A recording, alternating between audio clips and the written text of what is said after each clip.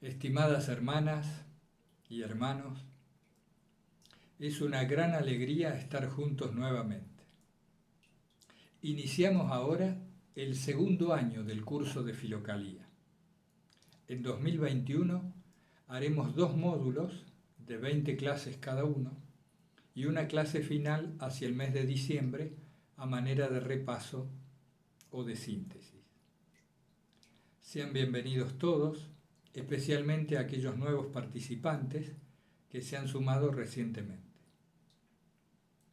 Abordaremos hoy a Simeón, el nuevo teólogo. Ustedes disponen ya en esta misma página de los textos escaneados del tomo 3 del volumen 3 de Filocalía de Editorial Lumen.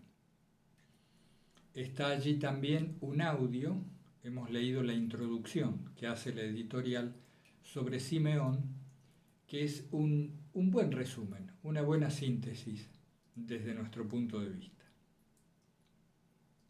Les agradezco mucho quienes se suman a darnos una mano, a ayudarnos en la elaboración de audios y también en la transcripción de textos. Ha surgido la idea de llevar los 4 tomos a audio, de manera que podamos subirlo a YouTube y aplicar así en el cotidiano estas lecturas, ir escuchando estos autores que nos puedan servir al menos para reemplazar la divagación por estos contenidos de tanto interés. Ya sabemos que si podemos reemplazar las distracciones de los pensamientos, las fantasías, por la oración de Jesús o por una práctica de oración que nos sea preferente, es mucho mejor.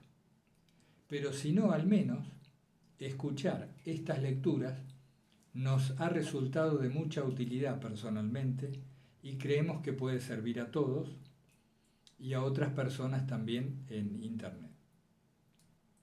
Así es que estamos formando un equipo donde hay algunas hermanas y hermanos que van a ir transcribiendo con toda paciencia y tomándose el tiempo necesario las clases del 2020 y otro equipito que va a ir haciendo audios de los textos de Filocalía. Debajo del listado de clases, allí hemos creado una nueva página para ir poniendo lo que va sucediendo en este equipo, los trabajos que ya están en proceso y los que se van terminando. De manera que si alguien quiere sumarse, pueda hacerlo y tener en cuenta qué textos o qué clases todavía están disponibles para trabajar. Cualquier duda, como siempre, nos consultan.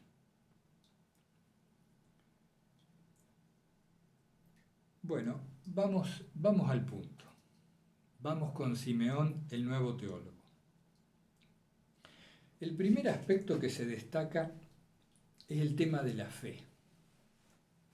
Simeón dice que la fe no es solo una creencia, ni siquiera una creencia firme, y tampoco es la fe las obras.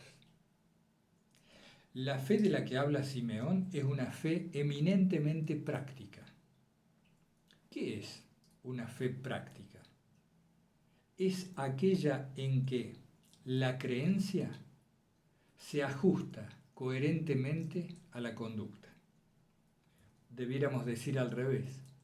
Una fe práctica es aquella en la cual la conducta se ajusta con total coherencia a la fe, a lo que se cree. ¿De qué tipo de conducta coherente está hablando Simeón? Ustedes bien van a ver en todo el texto que se refiere con frecuencia a la práctica. Él habla de la práctica. Esta práctica está conformada para él por el seguimiento de los mandamientos, por la práctica frecuente y asidua de la oración y por una obediencia radical al Padre Espiritual. Fíjense que son 3 pilares: de esta fe práctica. Tienes que orar continuamente, tienes que ser radicalmente obediente a tu Padre Espiritual y por supuesto tienes que seguir la enseñanza evangélica de Jesús, básicamente ajustarte a los mandamientos. Es muy importante para Simeón el Nuevo Teólogo la relación con el Padre Espiritual. Esto era importante para todos, los filócalos, como debiéramos decir. Si ustedes, hago una pequeña digresión, si ustedes vieron el anexo final del año pasado, al último del listado de clases, hermana Tine nos envió, ella estudió lengua y sabe algo de griego, y entonces nos mandó una muy atinada corrección. Nosotros debiéramos decir los filócalos en lugar de los filocálicos. Pero ¿verdad que suena mal o suena más difícil, no? Bien, les decía, para todos los autores de Filocalía, la relación con el Padre Espiritual era fundamental. ¿Saben por qué? Ellos resolvían fácil el tema de las dudas, el tema de la confusión, el no saber discernir cuál era la voluntad de Dios para ellos, individualmente, como personas. Lo resolvían de plano, radicalmente. Obedezco a mi Padre Espiritual. A esto lo tomaban con mucha seriedad y una vez superado el trance de rendir el ego, de renunciar a sí mismo y someter toda decisión al Padre Espiritual, tenían allanado el camino. En otras palabras, ellos no tenían que pensar qué hacer, no tenían que deliberar, no había duda. Lo que el Padre Espiritual les decía, eso hacían. Fíjense que no eran ingenuos. Si leen el texto de Simeón, van a ver que hay varios párrafos donde exhorta a examinar al Padre Espiritual. Es decir, no seguían a cualquiera o porque sí. Ellos examinaban a su Padre Espiritual en relación al Evangelio y en relación a las virtudes. Y si les parecía que su vida, que la vida de este Abba, de este Padre, era coherente, entonces ahí hacían el acto de renuncia y lo tomaban como tal. Alguien puede decir, bueno, pero qué soberbia, qué orgullo. ¿Quién se creían ser? ¿Quiénes creían ser para ponerse a evaluar al Padre Espiritual? Es cierto, es un punto de vista acertado, pero también lo es que ellos sentían la necesidad de no entregarse porque sí, sino de entregarse a alguien que fuera verdaderamente espiritual, que no declamara espiritualidad, sino que la encarnara, que la viviera. Y creo que de allí sale este consejo que repite con frecuencia Simeón. Acuérdense ustedes, hay que ubicarse en la época. En esa época no había la cantidad de literatura cristiana o espiritual que hay hoy en día. No había tanta posibilidad de cotejo. Ellos además se iban a la soledad, renunciaban, muchas veces abandonaban bienes, familias, y quedaban en una cierta orfandad. Habían sido guiados por un impulso, por la gracia en el corazón, salieron en busca de Dios, se apartaron del mundo que los perjudicaba, los distraía, los apartaba de la profundidad del alma, y después se encontraban en el desierto. Un desierto que era la celda, o que eran los páramos, el yermo, la soledad plagada de logismoi, de los pensamientos, a los cuales ellos denominaban los demonios del aire. Entonces, contar con una persona de probada experiencia en las mismas lides, en la misma tarea, era para ellos fundamental. no se puede entender la vida de un filócalo, de un monje, no se la puede entender si no es en relación a un abad, a un guía espiritual. Fíjense que esto de la obediencia es lo que se llama la renuncia a sí mismo. Renunciaban a toda decisión, incluso ustedes pueden ver cómo a veces es hasta humorístico, nos provoca gracia la forma de expresarse en algunos párrafos. Ellos tenían que pedir permiso en algunas ocasiones hasta para beber, cuándo comer, cuántas horas iban a rezar. Sucedía que también había pequeñas comunidades de eremitas, serían agrupaciones semi-eremíticas, que fueron como la semilla o el principio de los posteriores cenobios, ¿no? Después se formaron los monasterios. Ya se iban formando, como por ejemplo los que llevó adelante Pacomio, Basilio y otros. Entonces, en estas pequeñas comunidades, en estas pequeñas reuniones, ellos tomaban referencia y volvían a su celda, a su pequeño sector, a aplicarlo a rajatabla, con toda seriedad. ¿Qué podríamos hacer hoy en día, decíamos en algunos otros vídeos, siendo tan escasos los verdaderos guías espirituales que encarnen? Qué difícil que es hoy en día encarnar mediante una fe práctica la enseñanza evangélica. Contamos con el intercambio entre los hermanos, entre todos nosotros, y contamos con la elección íntima que podemos hacer de uno o dos autores que nos ayuden a aterrizar el Evangelio. Quien pueda seguir el Evangelio desnudo o seguir algunas homilías del Evangelio que les sirvan, perfecto. Pero si no, podemos elegir a este santo, a este padre espiritual que escribió tal libro, a este autor de Filocalía que nos llega a profundo, que nos enternece el corazón. Podemos tomar a uno de ellos y empezar a poner en práctica esa obediencia, a nuestro modo, adecuado a nuestro día a día. Decir, a ver, supongan ustedes que toman a Simeón el Nuevo Teólogo. Se dedican con paciencia a leer los 118 primeros párrafos de estos capítulos teológicos y prácticos, que son los que realmente son de Simeón. Eligen algunos párrafos y dicen, a ver, voy a tomar esto y voy a poner a prueba, voy a ejercitarme, a tomar muestras en esto de la obediencia. ¿Será posible?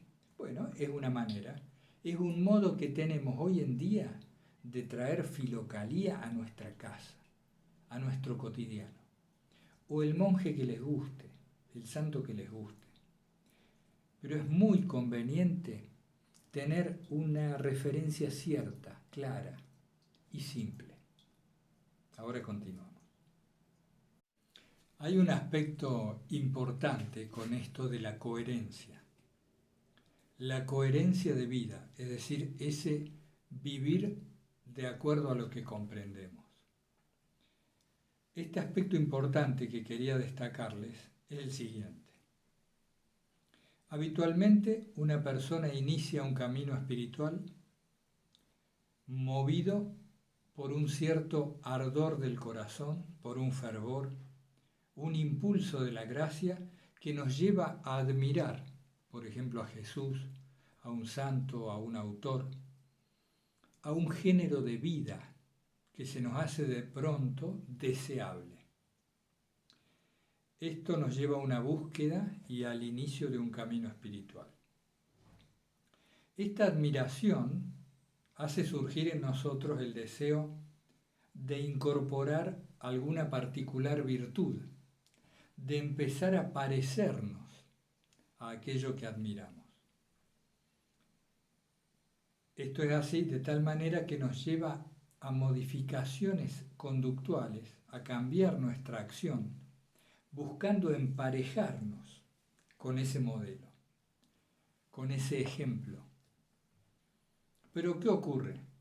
Pasada la luna de miel, el fervor inicial del camino espiritual, nuestras tendencias, nuestras viejas inercias, los hábitos de muchos años, nos hacen retroceder y retornamos a los viejos vicios, al comportamiento habitual.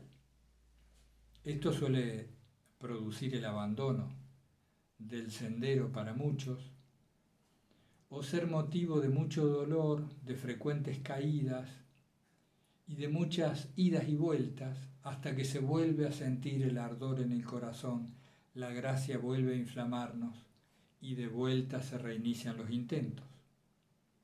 Y así una y otra vez. ¿Qué está fallando? Esto es parte del aprendizaje. Pero si tuviéramos que decir qué se está haciendo equivocadamente, es el tratar de adecuar exteriormente nuestra vida a una cierta norma y no buscar que esta regla, que este modelo, que este ejemplo crezca desde dentro, nos informe desde dentro y desde allí se proyecte o se refleje en nuestra vida exterior.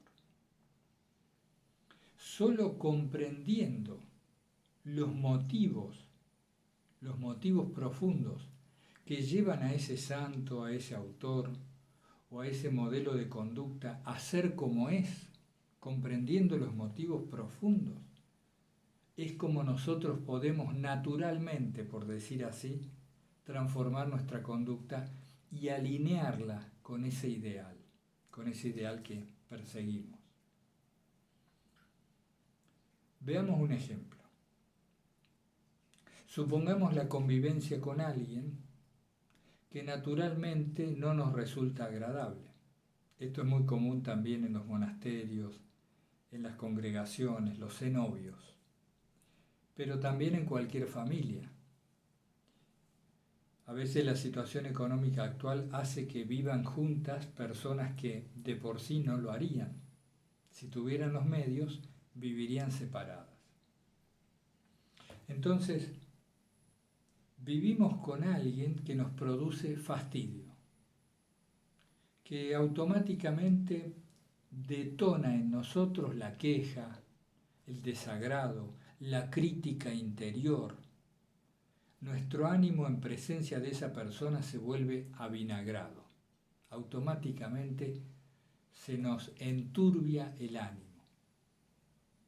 Pero si somos una de esas personas que buscan crecer en el camino espiritual, que tenemos la búsqueda de mejorar nuestra vida interior y exterior, enseguida trataremos de ser más amables, de adoptar una conducta compasiva, caritativa, de escucha. Y todo esto será una adecuación exterior.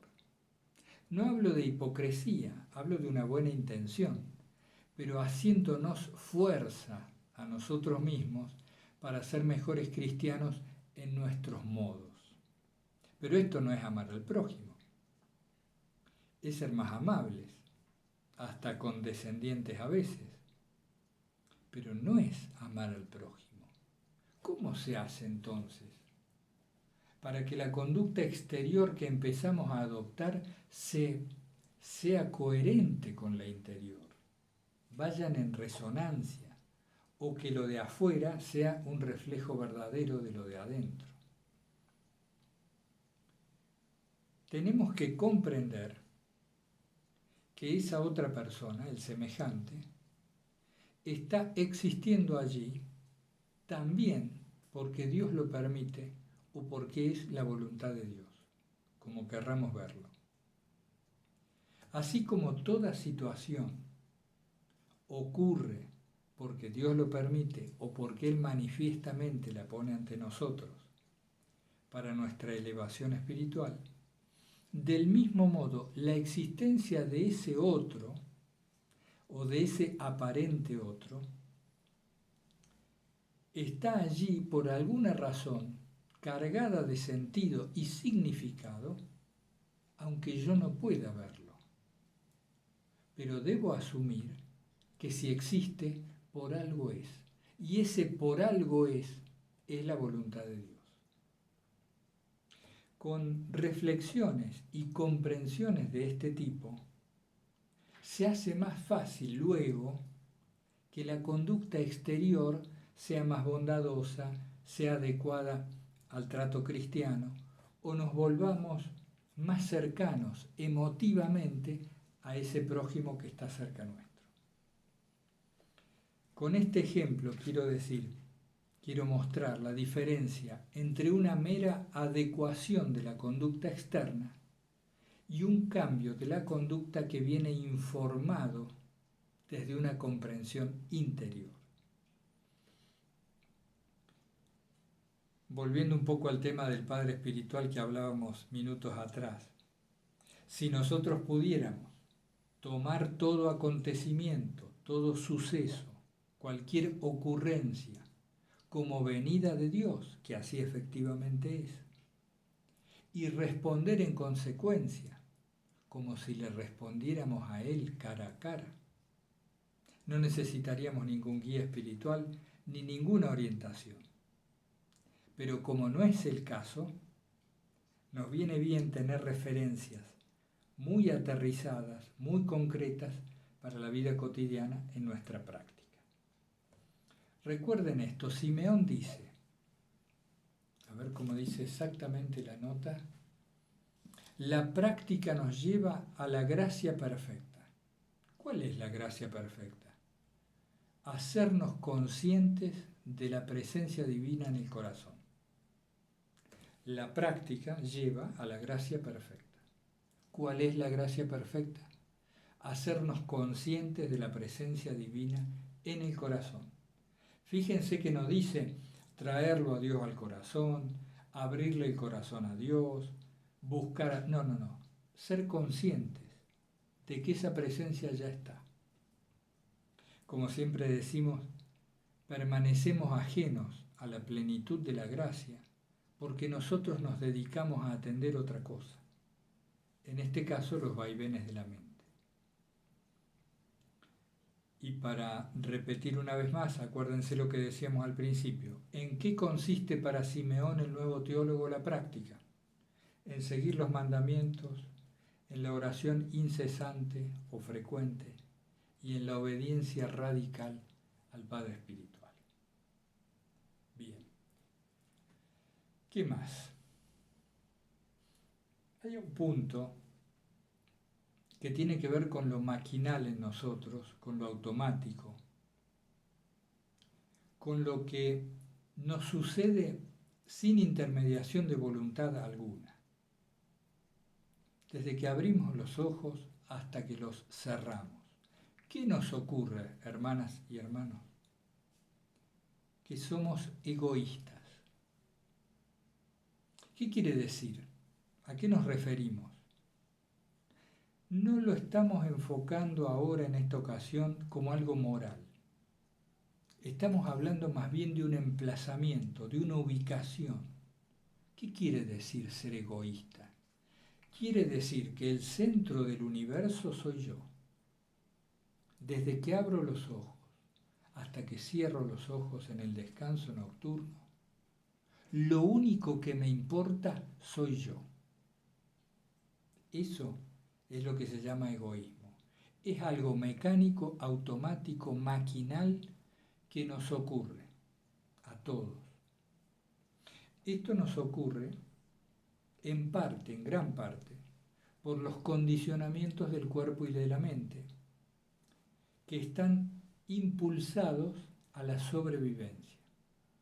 La mente va planificando, va cotejando, va estableciendo parámetros para ver cómo sigue adelante. Está programada así. Y el cuerpo, todos lo conocemos, tiene sus apetencias permanentes de comida, de descanso, de abrigo y de otros impulsos. Cuando nosotros permanecemos a merced del cuerpo y de la mente, somos egoístas. E insisto, no lo digo en un sentido moral, sino de posición, de emplazamiento vital.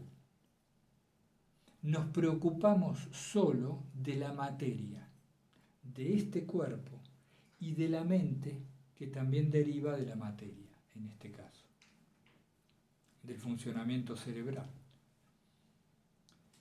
Este egoísmo ancestral, cultural y adquirido por educación también, nos hace permanecer ajenos precisamente a lo que Simeón llama la plenitud de la gracia, este ser conscientes de la presencia de Dios en el corazón. ¿Cómo hacía Simeón siguiendo las instrucciones de su maestro, que también se llamaba Simeón el Pío? Simeón el Pío. ¿Cómo hacía él y cómo orientó luego a sus discípulos? Tuvo muchos discípulos, Simeón el nuevo teólogo. ¿Cómo hacía él para guiarlos en esta superación del egoísmo mecánico, trascender la materia para aferrarnos a la gracia inmaterial? Simeón decía que había que permanecer atentos al inmaterial, a eso que es inmortal en nosotros, como lo dicen otros filócalos. Pero veamos, profundicemos un poco más. Para Simeón el nuevo teólogo, el bautismo no es por sí solo una membresía, una adhesión al club de los salvados. Como dice la introducción de Filocalía, para Macario el egipcio, por ejemplo, sí valía el bautismo y valía la intención, aunque no se concretara en obras. Macario el egipcio decía que así como quien deseó a la mujer del prójimo en su corazón ya pecó, esto es, lo que importa es la intención. Del mismo modo, cuando nuestra intención es buena, es santa, de algún modo eso es lo que vale. Pero en cambio Simeón es mucho más radical. Él dice que si no llevamos este bautismo, es decir, este ser hijos de Dios, no lo llevamos a la práctica a través de los mandamientos y de una vida virtuosa, la gracia no va a operar realmente en nosotros. La gracia no se encarna de manera que nos transforme la vida, que nos transfigure el mundo. Dice también que cuando él empezó a orientar discípulos, empezó a ser un padre espiritual, el corazón de Simeón se empezó a ablandar y empezó a comprender las dificultades que tenían otros, ya que él no las había tenido. Él fue dotado de una gracia muy especial, tuvo una transformación muy pronta y radical. Entonces empezó a comprender las dificultades que otros tenían, que eran mucho mayores a las que él había tenido. Entonces después se ablandó su corazón y empezó a predicar de que ningún género de vida era mejor que el otro, que lo único que importaba era actuar en función de agradar a Dios, que es más o menos lo que venimos diciendo de responder a cualquier acontecimiento como si de Dios mismo se tratara. Les decía, hermanas y hermanos, en alguna de las clases finales del año anterior, que íbamos a tomar este año a algunos autores de Filocalía con mayor profundidad, quizá con más lentitud que la del año anterior, intentando llegar al significado más profundo que podamos abarcar, en el que podamos penetrar, para que estas comprensiones sean más estables en nosotros. Habitualmente cuando uno hace un curso, cuando uno lee un libro, cuando incorpora algún conocimiento, si se pasa muy por arriba, al cabo de un tiempo uno se ha olvidado todo, tiene apenas un recuerdo muy desvaído. Pero si se machaca lo suficiente, si se pone en práctica algo, si se vuelve sobre el tema Y si después además se intercambia con otros sobre esto, puede quedar un conocimiento estable, que no sea un conocimiento meramente intelectual, sino un conocimiento más profundo del corazón. Esto es, que algo de lo incorporado quede en nosotros, en carne, se haga práctica de vida. Por eso hoy solamente nos dedicamos a la introducción con Simeón, el nuevo teólogo. La clase que viene abordaremos otros párrafos y veremos si le damos o no una tercera clase a Simeón. Si es por ameritarlo, muchos autores de Filocalia necesitarían varias clases. Vamos a ir viendo, y para esto me sirve mucho también el feedback, el intercambio con ustedes. Me pedía una hermana días atrás hacer reuniones virtuales para conocer a otros participantes, para tener un intercambio con otros hermanos, y eso es muy útil. Yo aprovecho eso que esta hermana Emma me comentó, y invito a alguno de ustedes, cualquiera, si quisiera ser moderador de esas reuniones. Es algo que a mí no se me da demasiado bien. Yo participaría de las mismas, pero preferiría que quien conduzca esas reuniones virtuales sea otra persona que vaya dando la palabra, que vaya organizando el intercambio. De manera que sean fluidas y que vayan al punto y que nos sirvan a todos. ¿Qué les quiero decir con esto, aprovechando la digresión antes de continuar? Que estoy abierto, hagamos todas las reuniones virtuales que quieran. Incluso podemos reemplazar alguna de las clases. En vez de hacer un vídeo, grabamos esa reunión virtual y lo ponemos como clase correspondiente, como si estuviéramos en un aula intercambiando y respondiendo. Pero esto será, les insisto, si alguien se ofrece a coordinar y organizar esto, porque es un lío con el tema de los horarios, de los diferentes países, de que pueda participar gente que está siguiendo más o menos las clases a la misma altura del curso. En fin, no habría problema con ninguna de estas reuniones o encuentros. Quien esté interesado en coordinarlo me escribe y yo le paso la contraseña del Zoom, de la aplicación Zoom, que ya lo tenemos comprado como para que se puedan grabar las reuniones y que no existe el límite de 40 minutos que teníamos en las reuniones que hacíamos el año anterior, en el primer semestre. Bien. Les quiero leer una parte y después comentar acerca de ello. Estoy leyendo en la página 17 del volumen 3. Dice, lo que conduce a la disposición a renunciar a uno mismo, repito, lo que conduce a la disposición a renunciar a uno mismo es el temor a la muerte y al castigo. Y son las penas y el vínculo de este temor los que, cuando menos son evitados y por el contrario se acrecientan, aceleran el camino hacia la contemplación. Cuanto menos son evitados. ¿Qué cosa? El temor a la muerte y al castigo. Dos palabras complicadas. Abordémoslo desde el otro extremo. ¿Qué quiere decir que tenemos temor a la muerte? Cuando tememos la muerte, ¿qué estamos diciendo? Que tenemos un anhelo muy profundo de ser, de seguir siendo. ¿Y esto qué quiere decir? Seguir siendo conscientes. ¿Qué es vivir, al fin de cuentas? ¿Qué es estar vivos, estar existiendo? Estar siendo conscientes. ¿Y qué es estar siendo conscientes? ¿Qué es estar siendo conscientes? ¿Qué es ser conscientes?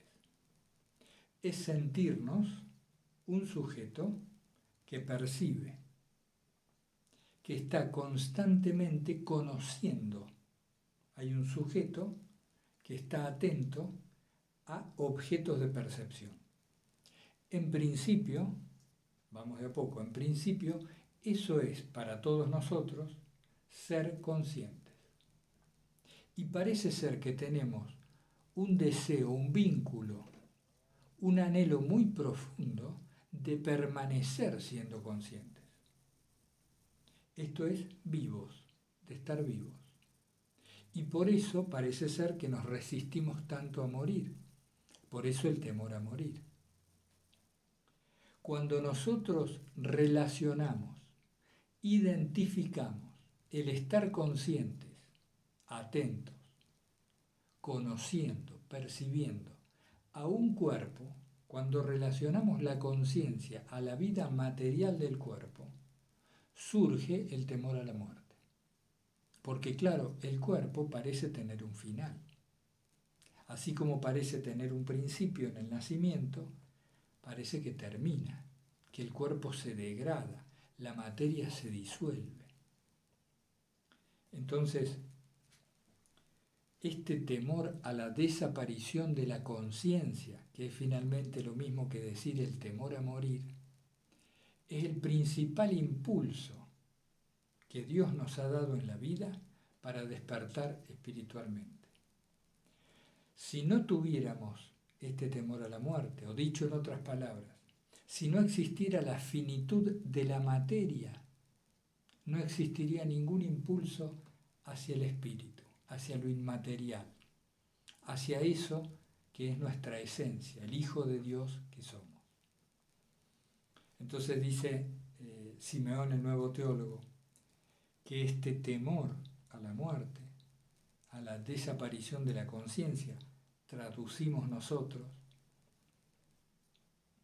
es lo que nos lleva a querer renunciar a nosotros mismos. ¿Por qué? ¿Cómo renunciar a nosotros mismos? ¿Qué quiere decir? Renunciar precisamente a ese egoísmo maquinal del que hablábamos antes. Porque ese nosotros mismos al que hay que renunciar es precisamente al material, al que es materia, apetitos, impulsos, compulsiones, permanente movimiento, agitación, inquietud, desasosiego. Ese es el reflejo de lo material solo, no de lo material cuando está informado de lo espiritual. Cuando el inmortal, cuando el alma inmortal, cuando el Hijo de Dios es el que maneja la materia, allí cambian las cosas. Es otro el escenario. Pero cuando el cuerpo y la mente, nosotros lo ponemos al mando, es decir, nos identificamos, creemos ser tan solo un cuerpo-mente y vivimos alejados de esa atención profunda que es el espiritual en nosotros, allí el temor a la muerte conduce toda nuestra conducta y nos deja sometidos al egoísmo. Es decir, lo maquinal maneja nuestra vida. Y es a ese al que dice Simeón que hay que renunciar. Renunciar a sí mismo es renunciar al ego. Y cuando se habla del temor al castigo, si lo abordamos desde el otro extremo, podemos decir que es el deseo de la felicidad. Cuando temo al castigo, ¿qué estoy temiendo? Al dolor. Tengo miedo a sufrir dolor, malestar. ¿Y por qué tengo miedo a sufrir dolor y malestar?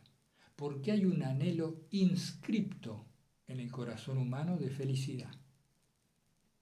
Hay un anhelo inscripto que nos es propio, esencial, connatural a nosotros, que es el deseo de felicidad, de bienestar estable y perpetuo. ¿Y cómo puede ser que tengamos ese anhelo profundo inscripto en el alma? Porque esa es nuestra vocación primera. Estamos llamados a la felicidad perpetua. Esto es, a la plenitud de la gracia en Dios. Ese paraíso original, allí donde Dios convivía con los hombres, que escuchaban sus pasos al caer la tarde en el jardín del Edén. Ese mundo, ese modo de ser y estar en la divina presencia, que es a lo que nos lleva la práctica, que dice Simeón, esa es nuestra vocación. Para eso hemos venido, para recuperar nuestro estado original. Desde un punto de vista, ese es el sentido último de la vida humana. Hemos venido para volver. El exilio tiene sentido si hay una patria. Si no, no tiene sentido el exilio. No se puede hablar de exilio. ¿Y cómo sabemos que existe la patria celestial? ¿Cómo sabemos que no es una entelequia, una mera creencia, una anestesia del dolor de esta vida finita? Sabemos que la patria celestial existe porque la sentimos en el corazón cada vez que deseamos ser felices. Cada día, al abrir los ojos, buscamos una sola cosa, que es la plenitud, vivir en plenitud, sin problemas, sin agitación, pacíficos, alegres, contentos de existir, de ser conscientes. Es lo único que queremos todos. Ese deseo profundo es la patria. Es, mejor dicho, es el llamado que la patria nos está haciendo. Oye, tú eres de aquí, vuelve. Este es el mensaje, creo, que nos dice Simeón. Si sabemos leer y profundizar aquello a lo que se refiere cuando dice que para renunciar a nosotros mismos se empieza por el temor a la muerte y el temor al castigo. Es decir, deseamos vivir para siempre felices, sin dolor. Y dice que quien persevera, en el párrafo que leímos, quien persevera, es decir, quien no huye de estos dos temores, sino que los afronta, ya llegó a la mitad del camino y ahí se le presenta la gloria. Vamos a releer esa parte para ser claros. Dice, lo que conduce a la disposición a renunciar a uno mismo es el temor a la muerte y al castigo. Y son las penas y el vínculo de este temor los que, cuando menos son evitados, no hay que evitarlos a estos temores, hay que mirarlos de frente. Y por el contrario se acrecientan, es decir, al mirarlos de frente crece el temor, aceleran el camino hacia la contemplación. Aceleran el camino hacia la contemplación. A quien llega a mitad de este camino se le aparece la gloria. Y entonces el temor y la pena se transforman en gozo y lágrimas. Gozo y lágrimas. Esas lágrimas son de alegría, son de reconciliación y de agradecimiento. Así lo testimonian varios autores filócalos. A quien llega luego al final, a la perfección, la fuente de lágrimas de gozo en la que se han diluido los vínculos del temor, se le vuelve fuente de luz. La luz del Espíritu que habita en el corazón. Qué párrafo más adecuado. A quien llega a mitad de este camino se le aparece la gloria, y entonces el temor y la pena se transforman en gozo y lágrimas. A quien llega luego al final, a la perfección, la fuente de lágrimas de gozo en la que se han diluido los vínculos del temor, se le vuelve fuente de luz, la luz del Espíritu que habita el corazón. finalmente dice, la práctica ha llevado a la contemplación, es decir, a la teología, a la gracia perfecta, que como habíamos dicho, es la percepción consciente de la presencia divina en el corazón. No me voy a cansar de repetir esta parte, ustedes me disculpan, pero yo creo que en esa repetición estamos haciendo lo que debemos, tratando de interiorizar esas palabras. ¿Quién llega a la mitad? ¿Quién llega a la mitad y ya se le allana el camino de la contemplación y le viene la gloria? Es decir, las lágrimas se transforman, aparece el gozo y después se sigue avanzando hacia una etapa de bienaventuranza interior. Quien enfrenta cara a cara estos dos temores, el temor a la muerte, a la desaparición de la conciencia y el temor al dolor. ¿Y qué es mirarlos de frente? Es no ocultarlos, no anestesiarlos, no quitar la mirada de ellos, no disimularlos, mirarlos de frente. Hoy en día el problema se nos presenta en que tenemos innumerables modos de anestesiar el dolor y el temor. Ya sabemos cuáles son esos modos, están muy a la mano, desde los medios de comunicación, las diferentes sustancias, la charla banal, los pensamientos divagatorios, la comida, los placeres sensuales tan variados, que no están mal en sí mismos, nada está mal en sí mismo. La obra de Dios es buena, integralmente buena. Pero nosotros a veces aprovechamos estos bienes para olvidar estos dos temores básicos. En tanto nos enfrentamos desnudos a eso, parece que el camino hacia la contemplación se hace más fácil y viene lo que ha de venir, que es el regreso en el corazón a nuestra patria verdadera. Muy bien, hermanas y hermanos, ya para ir terminando esta primera clase del curso de Filocalía 2021, dedicada a Simeón el Nuevo Teólogo, como probablemente las dos clases siguientes, quiero hacerles mención de dos aspectos que también constan en la introducción. Uno de ellos es el de la caridad entendida radicalmente, como lo hace Simeón. Él dice que no puede haber ninguna excepción en nuestra caridad, ni uno solo, porque si hacemos una excepción, Cristo va a tomar eso como que le estamos negando a Él mismo el alimento. Esto particularmente irrita, debido a que en este camino ascético, en el camino de la ascesis, en el sendero de las prácticas espirituales, todos lo sabemos, con mucha frecuencia se nos infiltra un cierto orgullo, una cierta satisfacción de nosotros mismos, lo que podríamos llamar un mejoramiento de nuestra propia imagen de sí. Si uno a lo mejor ha abandonado algún vicio, si se ha acostumbrado a hacer ciertas horas de oración o de meditación, si se frecuenta la Sagrada Escritura, la lectio, o si se hacen algunas obras de caridad también como parte de la vía ascética, etc., suele infiltrarse ese orgullo, ese estar prendados de nosotros mismos.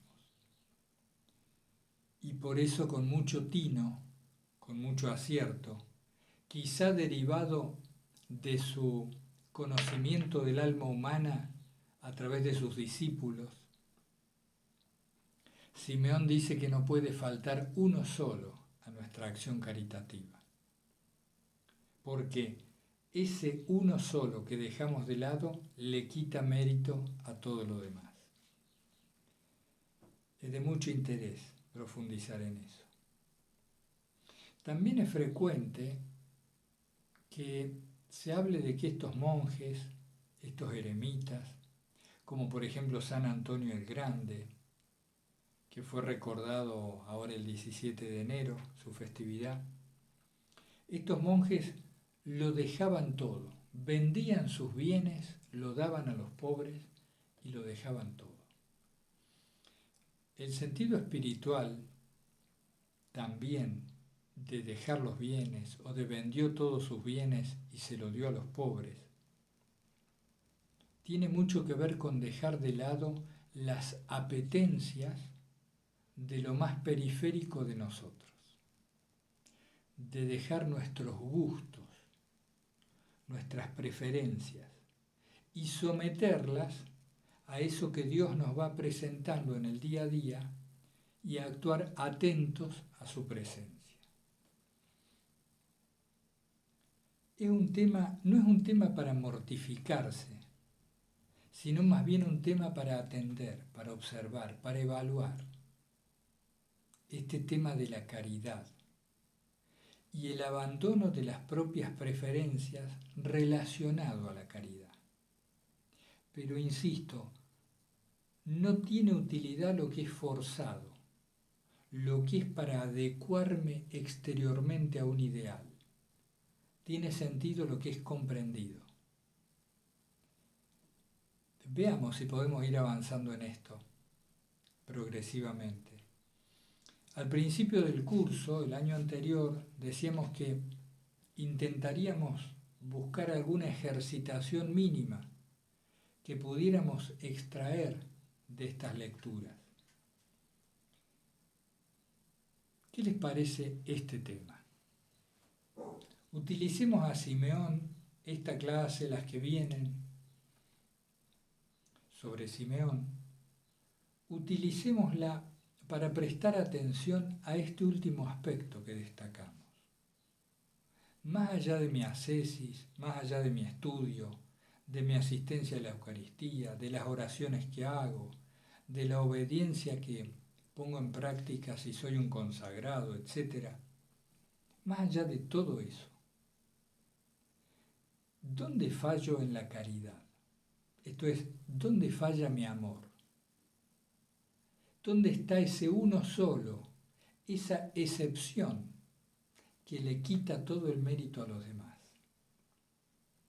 Esto está, fíjense, si quieren leer solo la introducción, si no tienen tiempo para todo el texto, en la parte final de la página 18 y la parte inicial de la página 19 del volumen tercero, que está escaneado. El ejercicio o la práctica sería evaluar nuestra caridad, nuestra conducta hacia el prójimo, y ver cuál es ese uno solo, que es el que nos arruina toda la práctica. Y no para mortificarnos, para amargarnos, sino para ver si comprendemos qué es lo que está actuando allí, que no deja que se exprese la gracia a través nuestro hacia ese hermano, hacia ese semejante. ¿En dónde está fallando mi caridad? ¿Y qué conversión interior me haría falta para que esta conducta se modifique no artificialmente, sino genuinamente, de verdad, en espíritu y en verdad? Esa puede ser una buena práctica. ¿Qué debo comprender para poder amarlo a ese?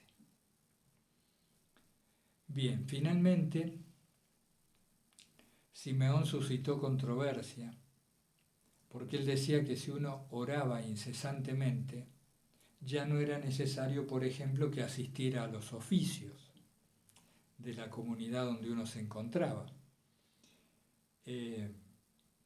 Y así decía que la oración incesante lo vinculaba a uno de tal manera con el Espíritu Santo que ni leer la Sagrada Escritura hacía falta, porque el Espíritu Santo mismo hablaría por la propia boca. Y así siguiendo, ¿no?, con ejemplos similares. Imagínense ustedes la polémica que esto suscitó. Pero como bien se dice también en la introducción, esto derivaba de una experiencia subjetiva de Simeón, que orientado por su maestro espiritual Simeón el Pío, de quien también vamos a hablar en futuras clases, fue llevado a una especialísima gracia. Podría decirse que era uno de estos padres teóforos que vivían en la iluminación de la gracia. Entonces a ellos quizá esto les era posible. Sin duda que no a nosotros. No podemos prescindir de todas esas otras ayudas, como son los oficios, la Eucaristía, la lectio. Tenemos que apoyarnos en diversos sacramentos y en diversas prácticas hasta que el Espíritu Santo viva en nosotros y ya ni nos estemos planteando estas cosas. Bueno, hermanas y hermanos, entonces, quien quiera sumarse a grabar audios de los textos de Filocalía, es decir, leer los textos en base a los volúmenes de Editorial Lumen, para luego ponerlos a disposición de todos, será bienvenido. Le vamos asignando párrafos o autores. Es algo que se puede hacer con mucha paciencia, sin apuro y en la medida de cada uno. Y también quien desee transcribir alguna clase o una parte de una clase, iremos haciendo todas estas clases en texto para después hacer un solo documento y disponer de ellas. Porque es mucho más útil para algunas personas, así me lo han dicho, la lectura que el ver un vídeo o escuchar un audio. Cada uno tiene sus afinidades en este sentido. Me queda entonces recordarles dos cosas más. Vamos a hacer clases virtuales o encuentros virtuales, son varios los que se interesan en ello. Yo les pido ayuda si alguien se ofrece para organizarlos. Sobre todo en el momento mismo de la reunión, que efectúe la coordinación y sobre todo la organización de los horarios, los diferentes horarios y los días más convenientes para que asista el mayor número de hermanos que lo deseen. Y otro tema, con esto de las contraseñas y las claves. Ya ven que hemos mantenido una clave que es casi exactamente igual a la del año anterior, que es Padres Nípticos, sin mayúsculas, sin espacios, 2020 para las clases del año pasado o 2021 para las clases de este año. Entonces, si no les entra la clave, que ya me lo han hecho saber algunas hermanas, si no entra la clave es porque están poniendo 2020 o el número incorrecto. Esa es toda la diferencia. Bien, para empezar a calentar motores, creo que estamos bien por hoy. Invoquemos el santo nombre de nuestro Señor Jesucristo, para que el nombre nos ilumine el corazón y nos ayude a conocer cada vez más y mejor la obra de la gracia en nosotros. Hasta pronto, hermanas y hermanos. Un abrazo fraterno.